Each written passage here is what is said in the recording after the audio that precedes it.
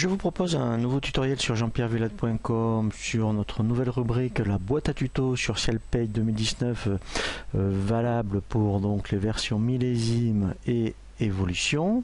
Et cette fois-ci on va voir la reprise anticipée. Donc tout à l'heure on a vu donc un tutoriel sur la prolongation. Et bien cette fois-ci effectivement on va voir donc une reprise anticipée.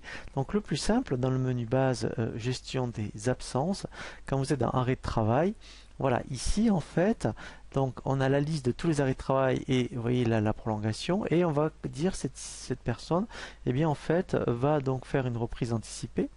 Donc là, je clique sur reprise anticipée. Et ici, voilà, donc là, en fait, j'avais indiqué le 15 janvier 2020, par exemple. On indique ici donc le motif de reprise.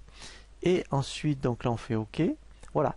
Donc là, on peut même faire, on peut anticiper déjà le signalement DSN. Je peux faire signaler. Voilà.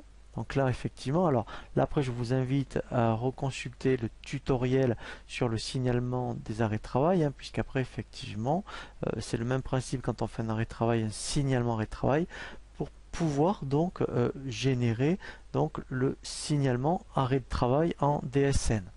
Voilà, donc là, vous voyez, on a bien donc la reprise anticipée. Hein, voilà, et après effectivement, hein, donc là on revient dans un circuit classique, hein, donc là je vous invite à consulter donc la formation vidéo sur donc les arrêts de travail, hein. Il suffit de faire envoyer, dans un premier temps on l'envoie en mode test et après on l'envoie en mode réel. Alors après l'intérêt aussi, c'est que dans base salarié, et bien après on a tout l'historique lorsque on va dans déclaration. Ici, l'onglet déclaration, ici, eh bien, vous avez vraiment, voilà, vous voyez l'historique de ce qui s'est passé pour le salarié.